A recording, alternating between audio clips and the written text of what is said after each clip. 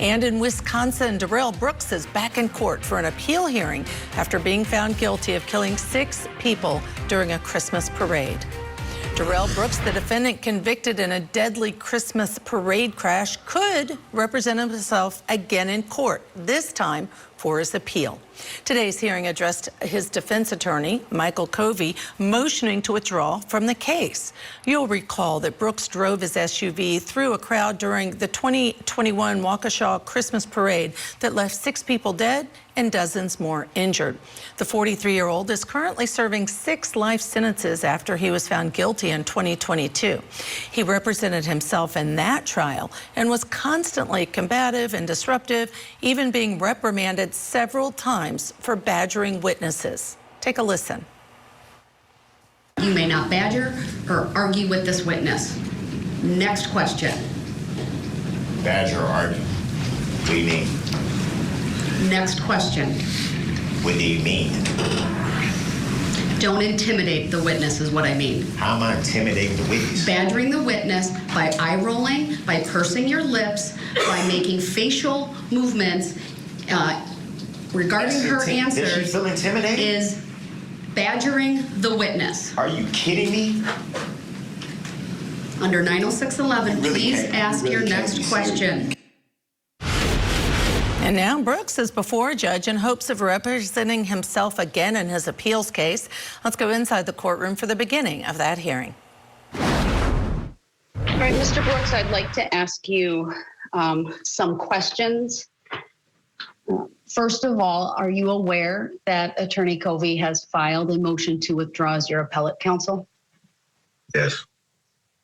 And just as a reminder, even though I tried my best to talk to you at my cameras, when I want to watch you for your response, I look slightly down and to the right or even to one of the other monitors that I can look at. So I just want you to be aware that when I do that, I'm actually paying attention to you. Any questions about that, sir?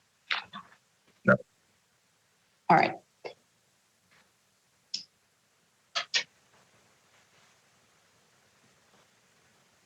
Do you want to have Attorney Covey withdraw and act as your own attorney, sir? At this time, yes. The Public Defender's Office sent to this court a letter dated February 26th of 2025. It is front and back. I think the actual filing had some additional information on the 3rd page, but that had more to do with who was copied on the letter versus the crux of the letter. But did you receive a copy of that, sir? What was the date? February 26th of 2025. I don't believe I received that. Mr. Brooks, would it be helpful if at this point I switch to a single camera when I'm talking directly with you instead of having the multi-camera view? I can see you just fine. Okay, great. So I'm just going to read the letter into the record, sir. It's important. It is from Kelsey Loshaw, the Regional Attorney Manager from the Madison Appellate Office. Does that ring a bell at all? I think from previous letters, it might, yeah. Well, this one is specific because it was filed after the motion to withdraw was filed, and there's a requirement in Wisconsin Statute 809.30 that the Public Defender's Office advised the court of certain information. Does that help ring a bell, sir? No. All right, then bear with me. I will read the letter. It says, "Dear Clerk, in accordance with Wisconsin Statute Rule Section 809.30 sub 4 sub B, I'm writing in response to the motion to withdraw filed by the SPD appointed appellate attorney Michael Covey. The rule requires the SPD to determine whether successor counsel will be appointed and notify the court of the determination. I ask that you pass this on to the judge assigned to the case because the judge is required by Rule 809.30 sub 4 sub C to consider the SPD's response prior to ruling on the motion.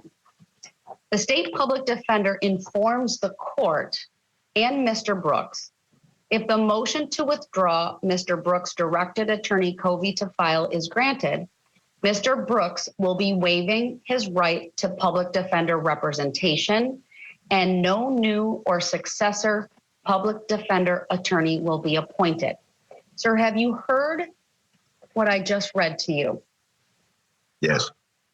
Are you aware of the risk you take as it relates to to a public defender appointed appellate attorney if this court grants the motion to withdraw? Yes. Do you have any questions for me about that? No. The letter goes on, an indigent person's right to an appointed attorney for appeal does not encompass a right to an attorney of choice or to successive appointments. State v. Evans, 2004, Wisconsin 84, 273, Wisconsin 2nd 192, paragraph 30. If a defendant decides he no longer wants to be represented by an appointed attorney, he has the choice of terminating counsel's representation and proceeding pro se or with retained counsel. Id at paragraph 31. If a defendant elects to discharge his appointed attorney and proceed pro se, the defendant must be provided clear warnings regarding the dangers of self-representation before appellate counsel may withdraw. Id. Sir, did you hear me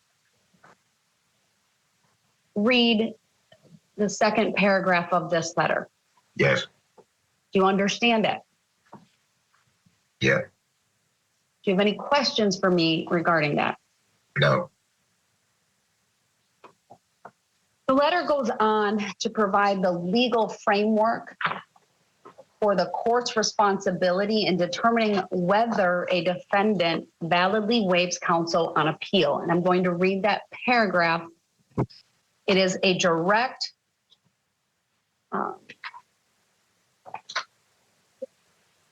quote from a case, State v. Thornton, 2002, Wisconsin Appellate 294, also found at 259, Wisconsin 2nd 157. For your information, State versus Thornton is a Court of Appeals case that dealt with an issue for the first time in Wisconsin in a decision dealing with the court's responsibilities in determining the waiver by a defendant of counsel on appeal. And in that particular case, and this paragraph starts out by giving a little statement about the state's summary of the issues. The state offers the following synthesis of the foregoing decisions. Before a court may conclude that a criminal defendant has knowingly and voluntarily waived his or her right to counsel on direct appeal, it must satisfy itself that the defendant is aware, 1, of the Flores rights, parenthesis, to an appeal, to the assistance of counsel for the appeal, and to opt for a no merit report, parenthesis, 2, of the dangers and disadvantages of proceeding pro se, and 3, of the possibility that if appointed counsel is permitted to withdraw, successor counsel may not be appointed to represent the defendant in the appeal. The court went on, we agree with the state that ensuring a defendant has received and understands the listed information is both necessary and sufficient to support a determination that the defendant tendered waiver of counsel is knowing and voluntary.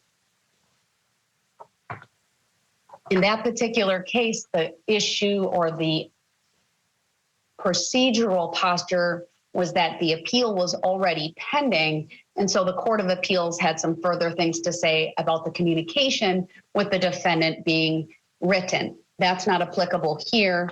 I'm having a over Zoom face-to-face discussion with you, but this is the framework that will guide the questions that I ask. Do you understand that, sir? Yeah, I'm familiar with that case law as well. Thank you. Any questions for me thus far? Nope. All right. So I just want to confirm, sir, did you ask Attorney Covey to withdraw?